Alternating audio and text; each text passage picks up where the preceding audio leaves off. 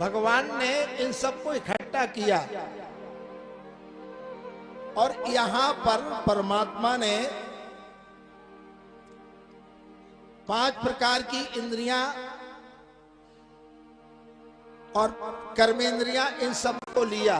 पंच प्राण 15 हो गए और अंता चतुष्टय मन बुद्धि चित्त अहंकार 19 हो गए और 5 को छितजल पावक गगन समीरा 24 तत्व का यह पिंड बना के तैयार किया।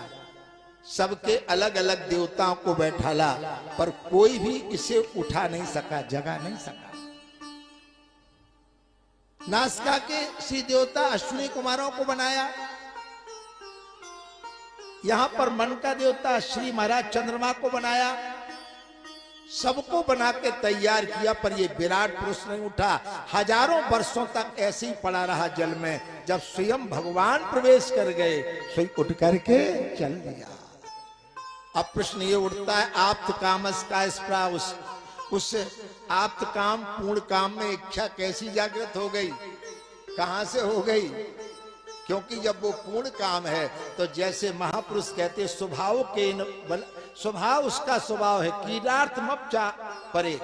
परमात्मा का स्वभाव है जैसे बच्चा धूल में खिलौना बनाता है और फिर मैट देता है। ना तो उसके बनाने में प्रयोजन है और ना मैटने में कोई उससे दुख होता है। समझ गए? कोई प्रयोजन नहीं है।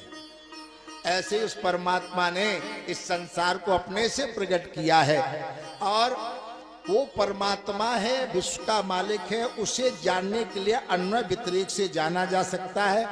अभिज्ञा अमित जाना सा अभिज्ञा, जो स्वयं को जानता है जिसे कोई नहीं जानता।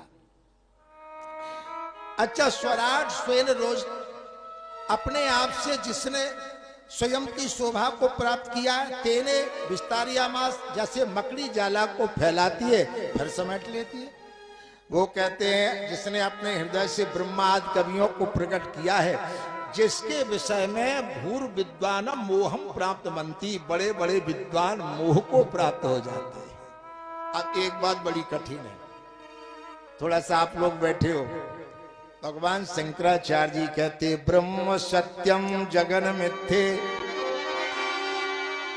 तेवम रूपो विनश्यया।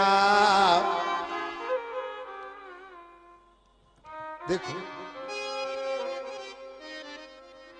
जिस परमात्मा ने 24 तत्वों का पिंड बना करके सारी सृष्टि को शुभारंभ किया है ना,